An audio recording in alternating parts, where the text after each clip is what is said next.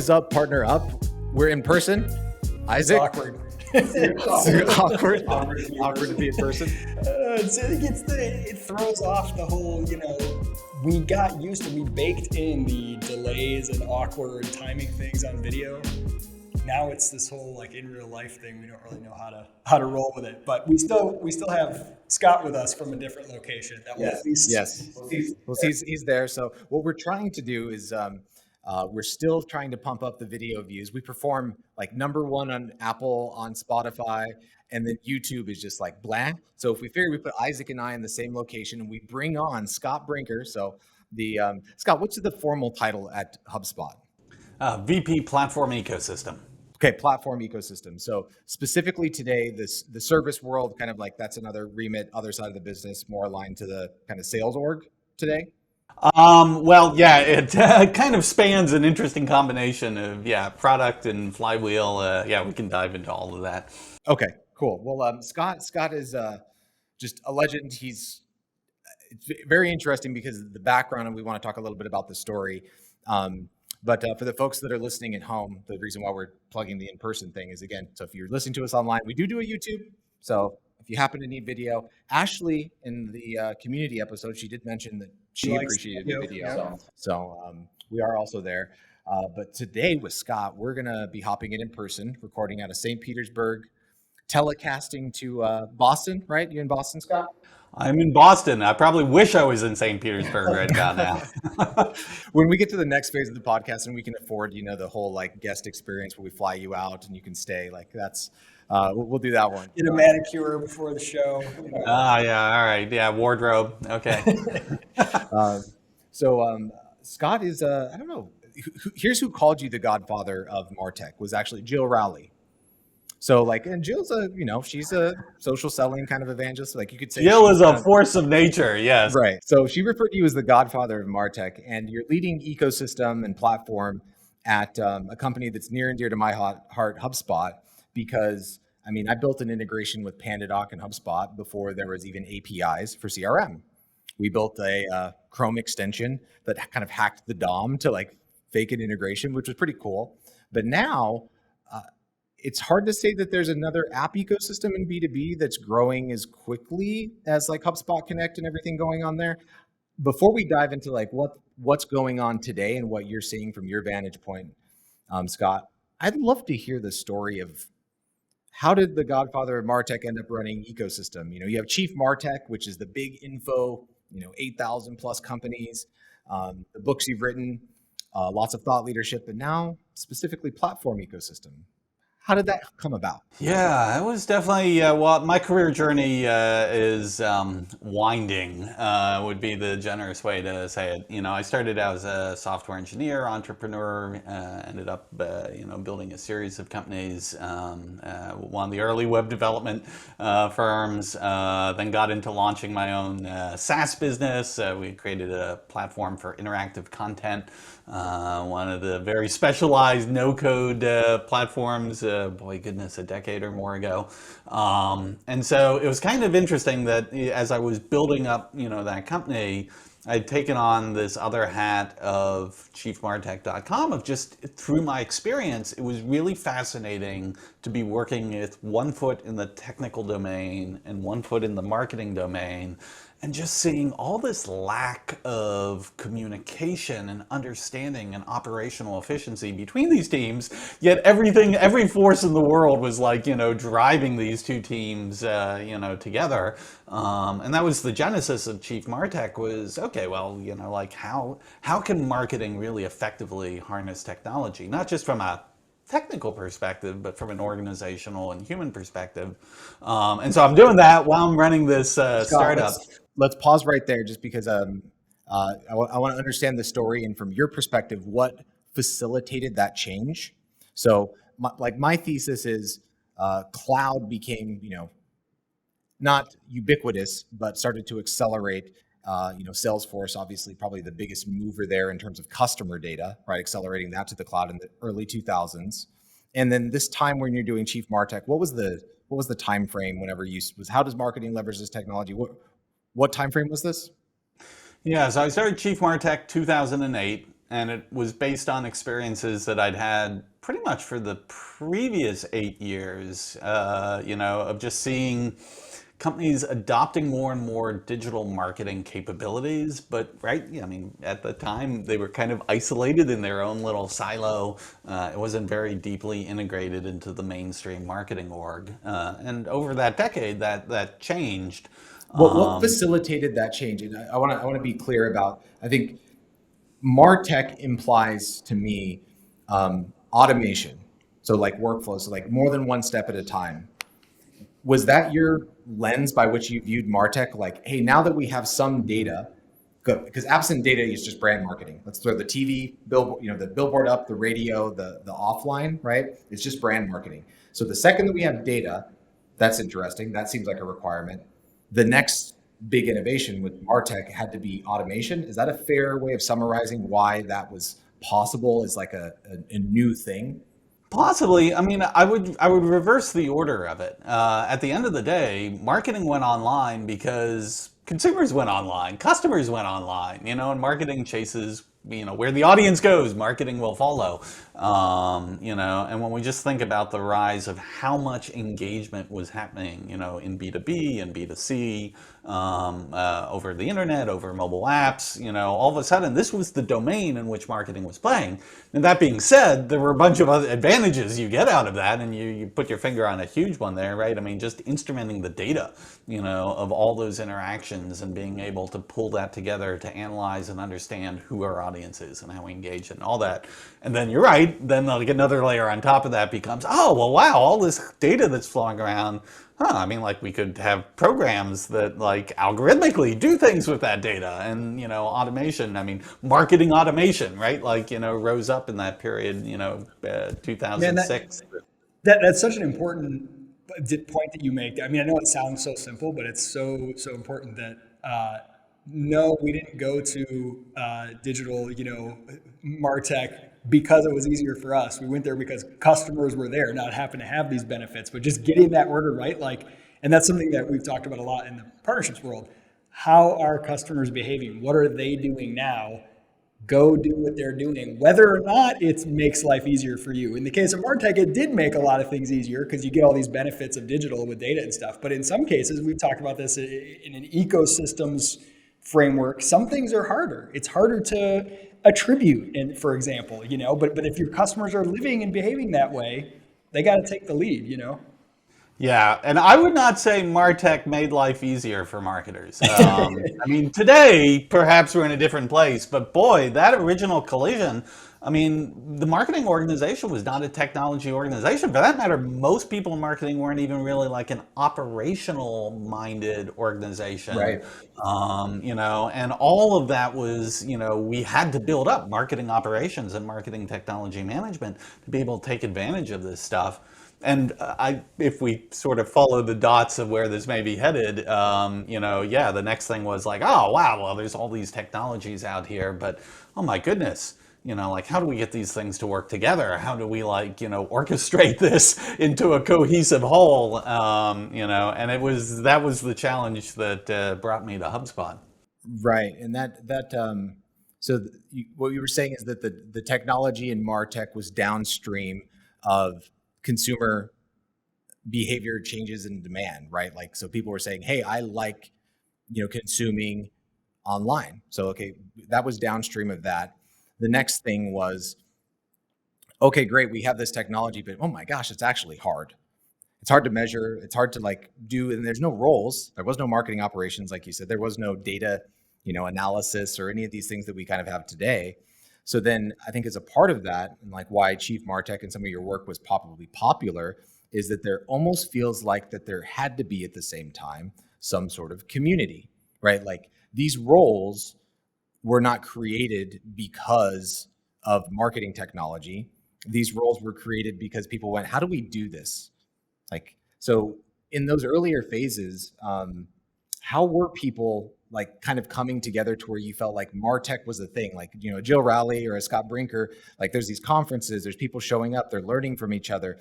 Like if we look at community today, I think it's very different than when it was at that inflection point for marketing automation. How did you see that kind kind of like forming and these roles being defined, right, for the first time ever. Yeah, well, I mean, again, all this stuff happens organically in its earliest days, So even like, in the late 90s and the early 2000s, there were people who were operating, in between, the world of IT and marketing. It's just, it wasn't very official, and there weren't like labels for this or titles, but they were kind of the folks who were either like the technically savvy marketer who would kind of figure it out, or they'd be, someone who was more in the IT or technology or, software side of things, just like, oh yeah, no, I understand what you're trying to do. I can make that happen for you. And so it was this coming together of, chiefmartech.com, and then we, launched a conference in 2014, the Martech conference, that all of a sudden I was like, well, wait a second, we're kind of calling these people who live in both worlds marketing technologists. How many of them are there? Like when we launched the first Martech conference in 2014, it was really an open question of like, is anybody going to show up? Right. Like 50 people, like we'll go down to the bar and, toast the fact that nobody knows what we do. And like in a week or two, it like sold out for like 400 people. And it's like, whoa, there's something big here. And I think, yeah, in a matter of literally from 2014 to like 2017, very rapidly this coalesced where there were a whole bunch of people who now like said, yeah, this is the label. Whether I'm one of these marketing technologists or I'm a marketing leader who knows I want to hire one of these marketing technologists, at least we had a little bit of language to say, oh, well, this is this new kind of role that should be a part of the marketing team. And that's kind of what drove the curiosity towards not just marketing technology, but the interconnectedness to platform and kind of that opportunity. But the Oh, entire well, kind of like that's so. that was a little bit of an interesting thing that I did not anticipate. It's one thing to say that you're going to have marketing technologists. It's a completely different thing to witness what happens structurally in the marketing technology industry. Because when I put that first Martech map together and there were like 150 marketing That technologies was on it, was that 2014 or was that earlier? that was 2011. 2011. So there was 150. Yeah, and to be honest, like everyone at the time, including me, thought, my goodness, there is a lot of marketing technology. The entire reason I put that like graph together is because I was just trying to persuade more CMOs to think about hiring marketing technologists on their team, because just look at these systems and dependencies you have. It was almost by accident of being in the right place at the right time, where just year over year I would keep updating that landscape just to keep track of what's out there. And my goodness, the thing like kept growing exponentially, like year over year for a series of years. And that became something that above and beyond just having marketing technologists, as a talent or skill set in marketing, this structural shift in the industry where you were no longer talking about, a couple hundred players, but you were talking about thousands of players.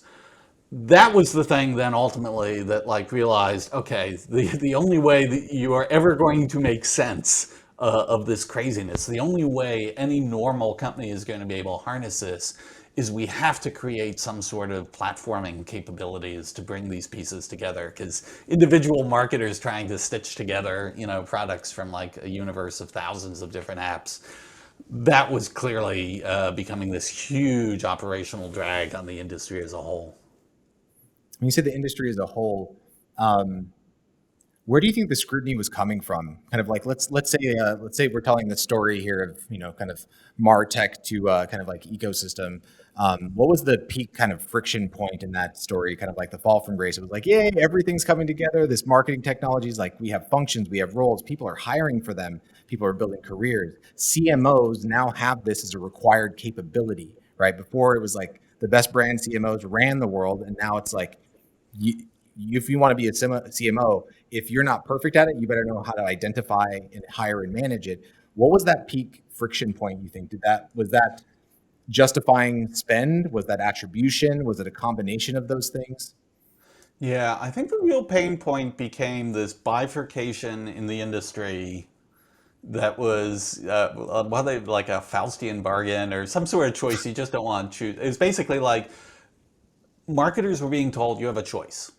You can buy a suite and you get all the things from one vendor, And the good news is we promise more or less all these things will work together. The bad news is you can only do what we do in our box. And if you want something else, well, too bad, because yeah, this is the suite. Or the completely opposite end of the spectrum is, yes, you can pick every single specialized capability you want from that, blossoming landscape, of thousands of apps. But yeah, none of this stuff's going to work together. So good luck with that. And if you're a marketer who's like trying to always stay on the cutting edge of like, how do you provide the best experience? How do you stay competitive in like engagements through these new channels? It's like, you're like, well, friggin' out loud here. I want both. I want to have my like best of breed capabilities where I want them, but I also want all this stuff to generally work together. And being forced into an either or choice there, I mean, that's just a terrible, terrible experience, And so the only path through that was to say, okay, yes, we need these major systems that provide the backbone to our MarTech stack, but they have to be open platforms because people are going to want these specialized apps. We need these specialized apps. This is how the industry develops a certain anti-fragility, to all the change and innovation that we're going through. And so that was, I think, really the, spark that you could kind of tell in the like mid, 2014 to 2019, this sort of shift where even the major suite companies, a number of whom were kind of opposed to the best of breed, right? They looked at it as a threat, and what brought me to HubSpot was, I was kind of railing against this as not only as the chief MarTech role, but as this CTO of my own SaaS company that was trying to integrate with these other platforms. A lot of them did not make it particularly easy. They were not very friendly to these ecosystems. I'm like, for crying out loud, this is a win-win opportunity. And for years, when I'd be on stage with leaders from some of these very large companies providing these suites, I'd show them the landscape and I'd ask them, all right, well, what do you see here? And their answer would be some version of FUD, like fear, uncertainty, and doubt. Like, yeah, no, this is, yeah, we use this in our sales presentations to say, like, do you want that mess or just everything from, us? And I'm like, okay, fine, I get that, but that isn't really moving the industry forward. The first time I sat down with Brian Halligan, they reached out about, hey, we'd like to talk to you about this. I pull out the trusty landscape. I'm like, all right, Brian, well, what do you see here? And like his eyes lit up, he's like, opportunity. Like he was one of the first leaders in that space that I spoke to who like generally saw like, hey, there's this incredible energy and innovation, that's happening here. And instead of just trying to fight this, I mean, isn't there some sort of way that like we can harness this, to provide better capabilities, better solutions for customers? And so, yeah, I think today now, if you look at pretty much every major MarTech platform, the large ones, they are truly platforms. They're open APIs, they're marketplaces, they're investing in their ecosystem. And the world is by no means perfect. We've still got a long way to go in that journey, but at least it feels like it's headed in the direction where you as a marketer don't have to be stuck between like, well, you can have this limited box or you can have a complete and total mess. You pick one of the two. No, I want the best of both. Scott, how much of that evolution was driven by problems just within marketing departments themselves, and how much of it was driven by the constant battles between sales and marketing? And like, were you looking at what was happening in sales with things like Salesforce and the sort of increased automation of some of those sales processes and saying, hey, this is a template for this marketing stack? Or were you looking at that as like, no, we don't want to go there? You know what I mean? How much was the sales and marketing sort of conflict or sometimes harmony playing into this? Or was this more of a self-contained marketing solving its own problems?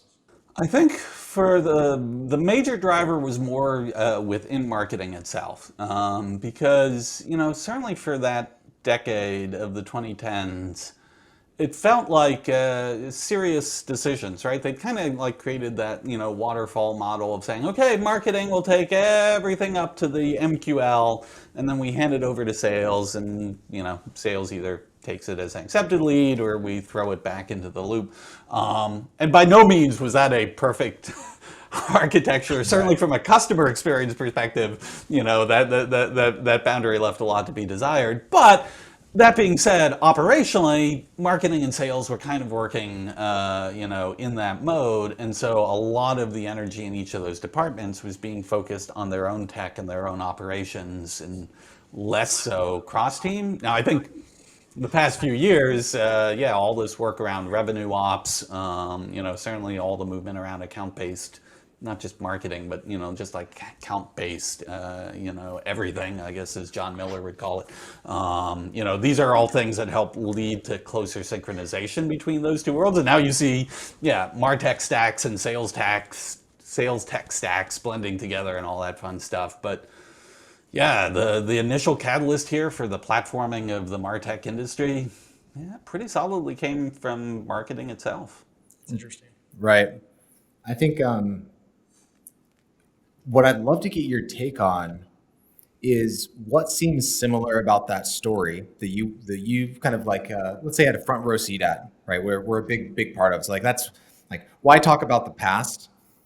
Well, it seems like there's lots of cycles that end up repeating themselves and just us weird humans, like things happen and it's like this looks similar to something that happened in the past.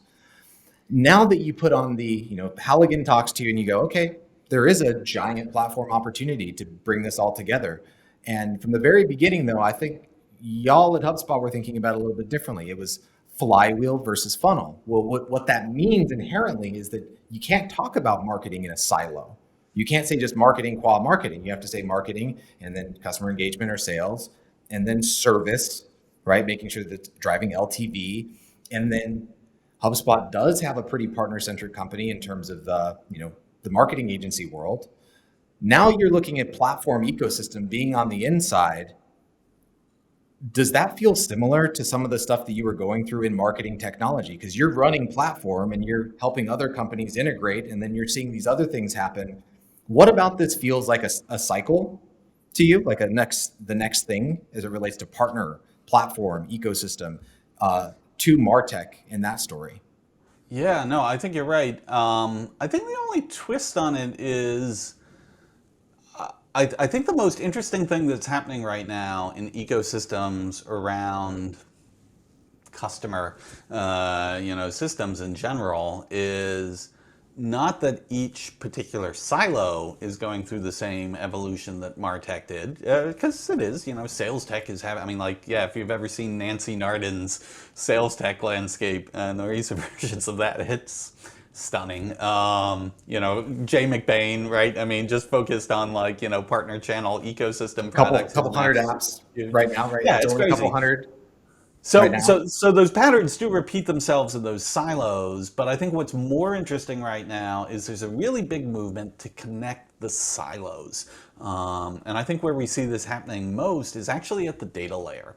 The products like Snowflake and Databricks, these things that we used to call cloud data warehouses were kind of like off in the distance. Yeah, data was going there, but the number of people who could access them and leverage them and use them was, very limited. The scale of the data we had and was, under constant storage constraints. What's happened in cloud data warehouses today is just game changing. Snowflake, Databricks,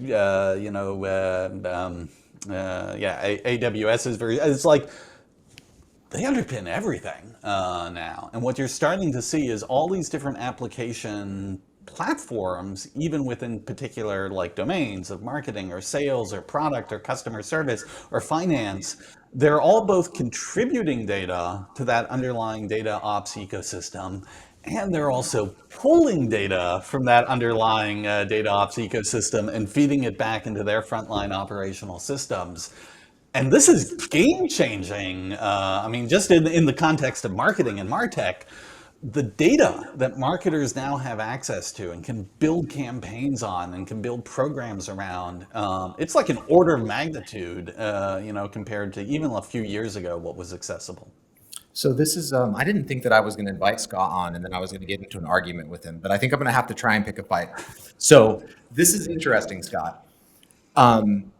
I would agree with you on the CDP side of things in terms of what you can potentially orchestrate. Here's my question back to you. Does that data make marketing? So let's assume best in class, like a not the best marketing organization in the world, but they're doing ABM. They do retargeting. Their brand's good. They have multi-conversion options for their landing pages, chat and forums. They don't ungate things. They're building content, community. They're doing all of that stuff right. Does data help them acquire more customers? Does data increase their conversion rates? Or are we seeing right now the limits of data because of how we behave? It's like, I don't know how many more ads I can be served. The Deloitte's State of Marketing report says the average American's receiving 400 to 10,000 ads per day. Like, is that end in sight where like that data and that interconnectedness loses its effectiveness? Maybe not. It's a wonderful debate to have. I guess I would argue two stages to this. One is a lot of the data that we're now getting access to that we didn't have before isn't pre-acquisition data of like, oh, well, this is stuff about prospects and how we target them and, how we engage and get them to close. And then once we've closed them, we're done, but a tremendous number of businesses, right? Making the first sale is the beginning of a very long relationship, and now, or hopefully a very long relationship, right? And so now having this like detailed data of like what's happening when customers are engaging with, our customer service or support organization, if they're using some sort of digital product of ours, like what are the patterns of usage? Do they stop? Do they go up? Which particular features, even data, from our finance department, are people paying us on time?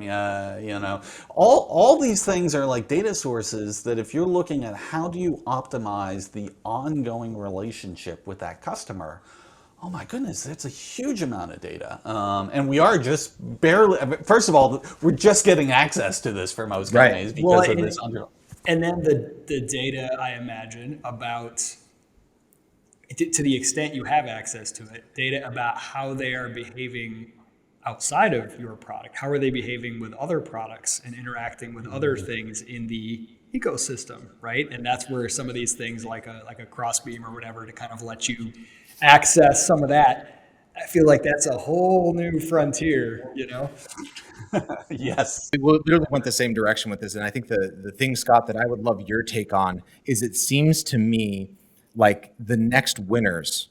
So like if HubSpot can pull this off, it's going to be harder and harder for HubSpot to become a $100 billion, a $200 billion, a $500 billion company just because of those, the net new acquisition, right? You have to drive more lifetime value.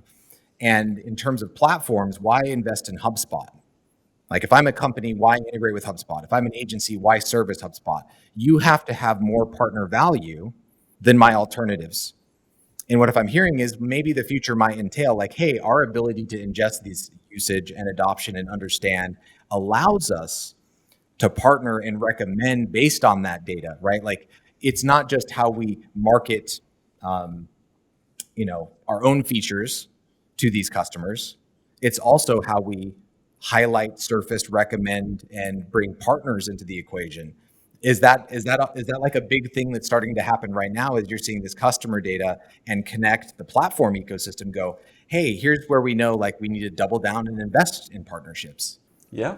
Yeah, I would say you're absolutely right. I mean, this is a whole additional layer. Right. So I was just even talking about like first party data, Right, because the there's base. still a trove of that we're like barely starting to harness, but basically this next layer out of second party data of all of, the different kinds of partnerships I have in the ecosystem, and can we exchange data in a way that helps both of us win better?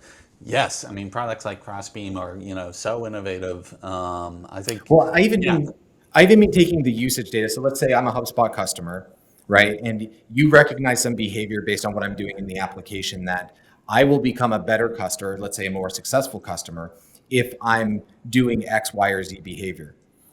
So like one of the things that I was aware of was a North Star moment for CRM, HubSpot CRM back in the day was, if we can get that customer to move the deal to close one, the likelihood that they stay a customer, right, 700% more likely.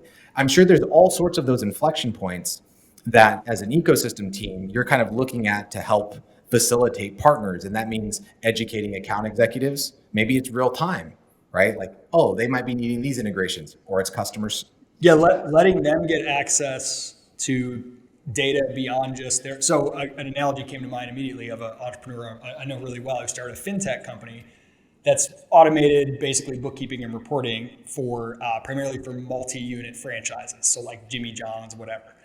One of their value props is if we provide your reporting, you not only get for your own units all your stuff, it's benchmarked against all the other units in your franchise concept and all other franchises in general, the industry as a whole, because there's this network effect. And so you have this incentive to use them because you get access to data about other businesses that are either similar, that are competitors, or that are adjacent. And you can say, well, wait a minute, why are my stores, doing so much worse? It seems like compared to the industry standard or compared to the other in this concept, and being able to basically sell access to data from other users of that platform, it gets this sort of effect. So I'm just imagining something there where even your partners themselves, if they can access data from other partners, and again, it can be anonymized, there's a lot of ways Or even, to do even this. just the employees there, right? Account executives, CS people, right? To make a better recommendation, Right.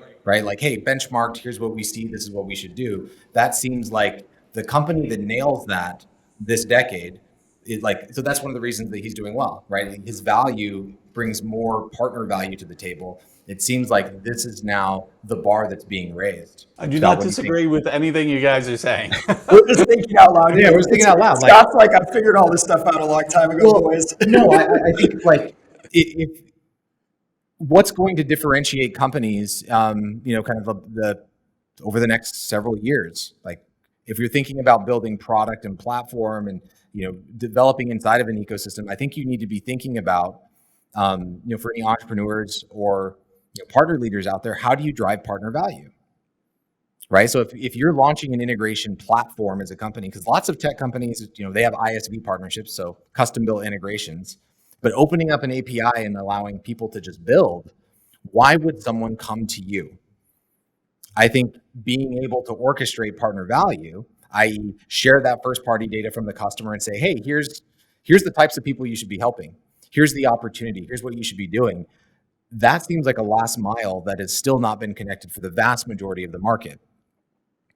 Right, like I think HubSpot has a point of view on this because you're there, but what about the rest of the market? Yeah, no, I think you're absolutely right. I mean, that being said, I still feel like there's like some fundamentals of these. I mean, you mentioned the network effects earlier. I have no illusion, it's not my smiling face. The number one reason partners build integrations for HubSpot is because HubSpot has a very large customer base. That customer base has decided HubSpot's going to be their system of record for the CRM, and so when those partners want to sell their products that have some piece of the equation in the customer experience, their prospects are asking them, hey, do you integrate with HubSpot? Because if not, I need to look at your competitor who does. I mean, at the end of the day, there's this core dynamic of saying people build to platforms because first and foremost, there's a clear economic incentive with their direct customers. If their customers don't care about it, they don't care about it, and none of the other bells and whistles you put around that matter. That being said, there is a very competitive world when it comes to platforms who have equally large customer bases, lots of demand, but now it's really the competitive battle of, okay, well, what is the total best experience for customers and partners?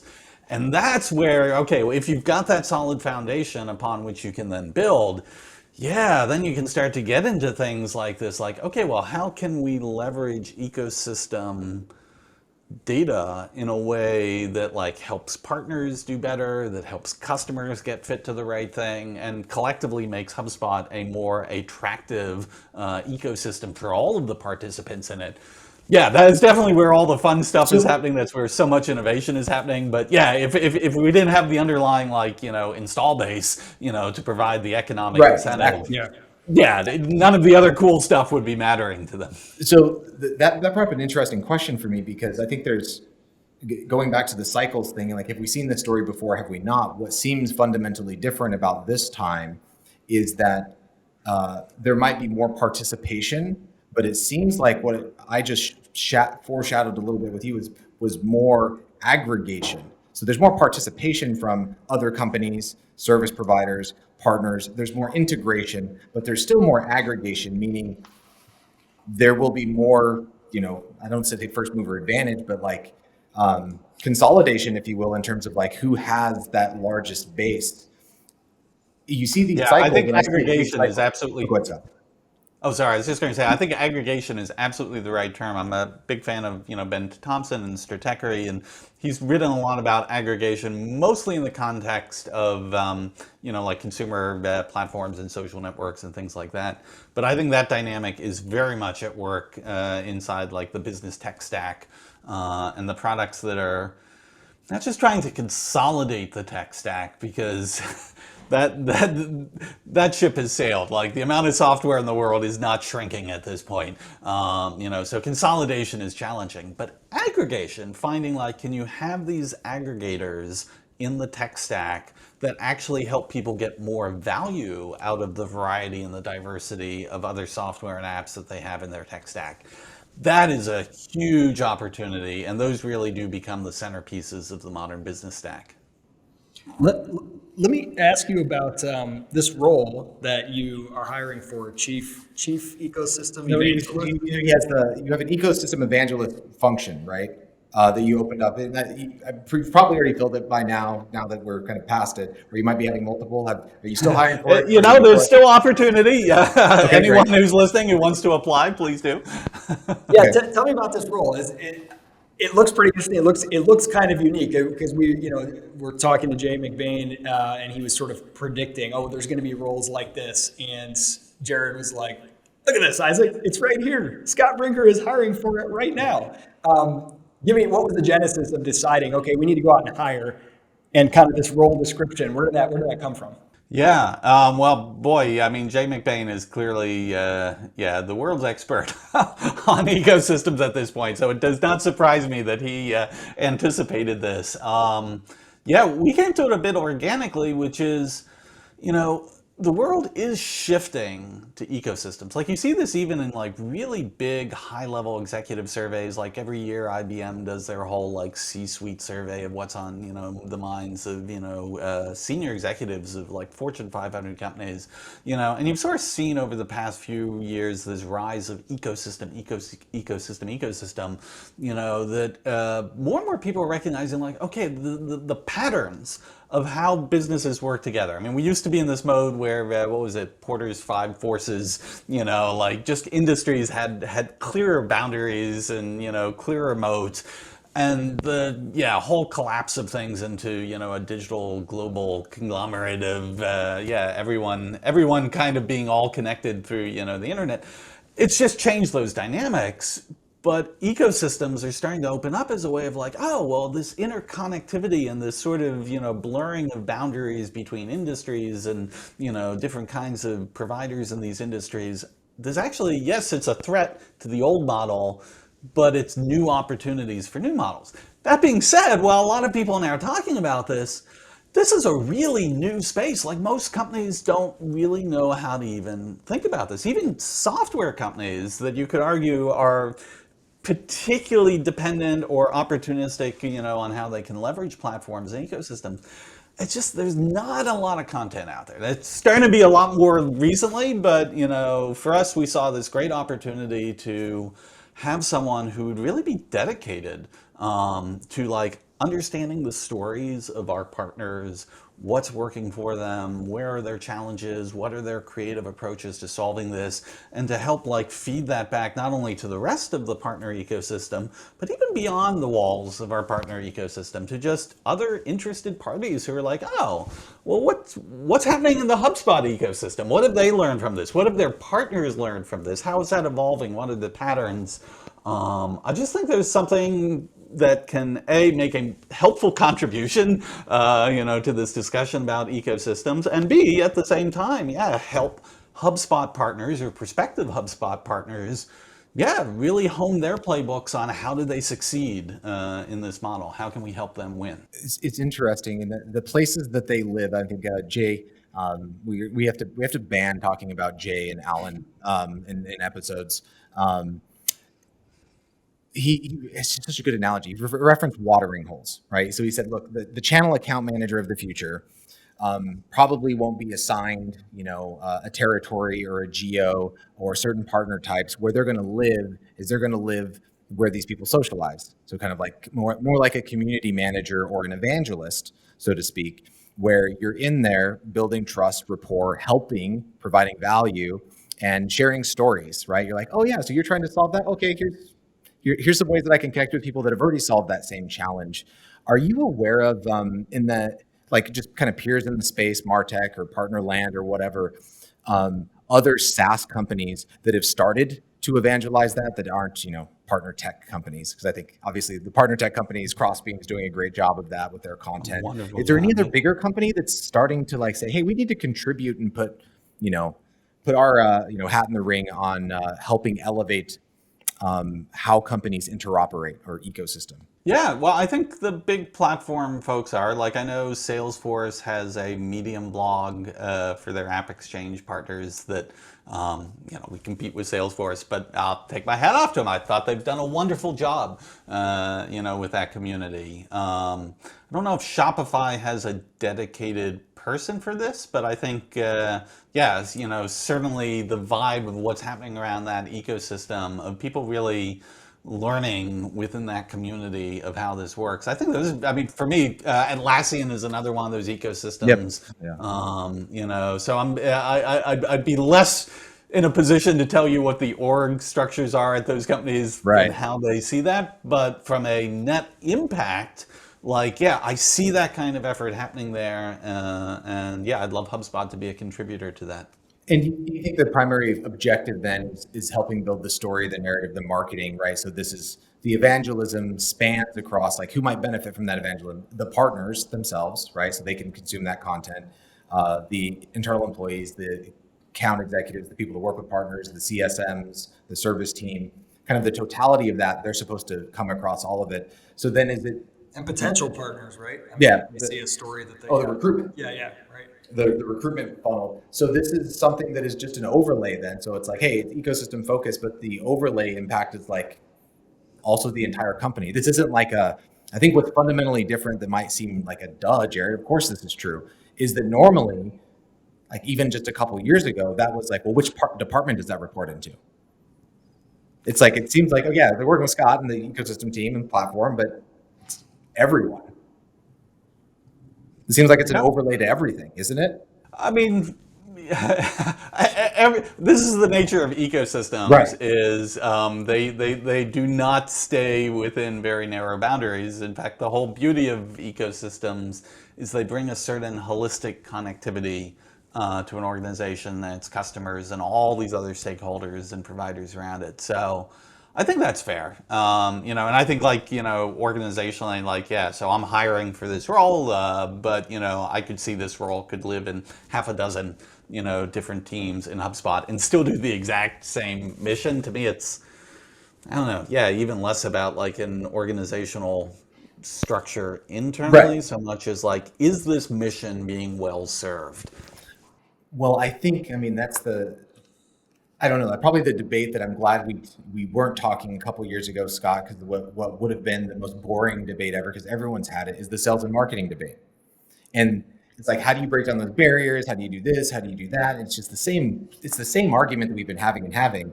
And what's hilarious is we just talked about a function that just is like, there's not even a debate, right? Like the ecosystem function is just so inherently cross-functional. You can't even try to say silo. Of course, there's someone has to orchestrate that, right?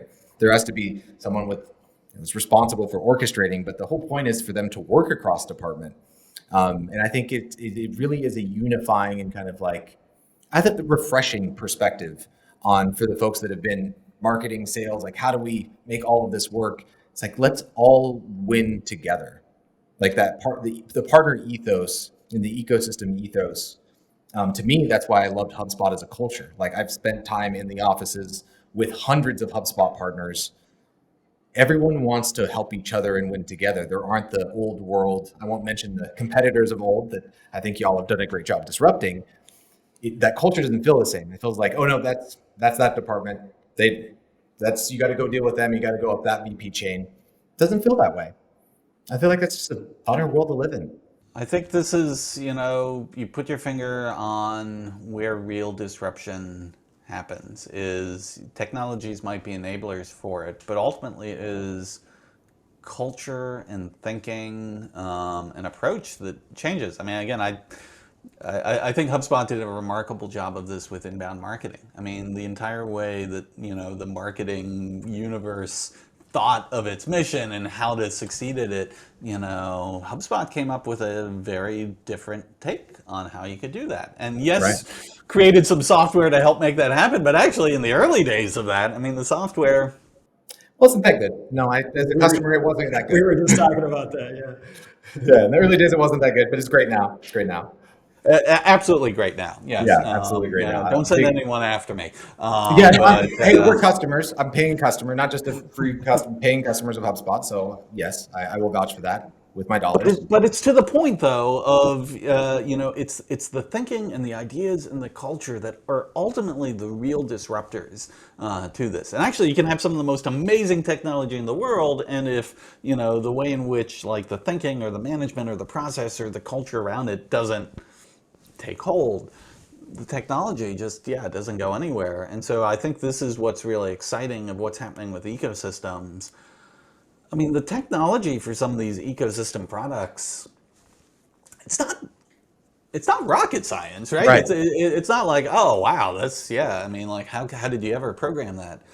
But it's a cultural shift and an approach shift and a thinking shift that's like a game changer, and so companies, you mentioned like with Crossbeam and the incredible evangelism they're doing, what an enormous value being provided in changing the way people think about what's possible and how to go about approaching this. And so definitely. I mean, the RevOps thing is kind of another version of this, but in some ways it's kind of an internal variation of this, of saying like, wow, okay, instead of just always thinking about this was marketing and this was sales and this was customer service, can we step back and start to look at how we might orchestrate things across all of these, I mean, the motions, that, RevOps teams have developed here. They're pioneering, and aside from the technology, it's the thinking, and that is really it's the interoperability. How do I help my sales counterparts how to co-sell, my marketing counterparts how to co-market, my product how to co-innovate? There's that collaboration that's inherent in all of this. The mental model is the innovation and almost the precondition for the technologies that can fulfill it. It's downstream. The tech is downstream from that opportunity, and I think. In terms of it feeling like, okay, that is the moment. I think this is where we got to get in, Scott, the plugs. We got the conference tour coming up. So we got SaaS Connect, San Francisco. So world's largest partnership nonprofit, April 27th, 28th. They can use the code PARTNERUP, get $50 off registration. So I'll be there sneaking on stage and seeing a few things. And then we have Supernode, which is Crossbeam's conference, Philadelphia, May 16th, 17th. Which I've just announced we'll be doing a keynote there. So I'm going to be talking about the era of the ecosystems and kind of like why we should all be excited for the moment that we find ourselves in about collaborating. And then I don't know. Has Scott signed up yet? Let's find out live. Scott, have you checked out the Partner Hacker Daily yet? The daily email? I have not, but sign me up. Okay. So Scott hasn't yet. We'll have to partner pill him fully. Yep. It's the world's first daily partner email. So we're bumping like a 60+% open rate, by the way, with hundreds and hundreds of subscribers on a daily partnerships email. So if you all want to subscribe, go check it out. Scott, it's a pleasure. Awesome. Thanks so much for having me. Really enjoyed the conversation. Absolutely. Next time we're in Boston, we'll hit you up and look forward to all the continued success in a marketing, evangelist and partner that's also looking at, ecosystem. I think it's a great way for us to bring more people into the fold. It's conversations with people like Scott. So Scott, thanks so much. Partner up. We'll see you all next time.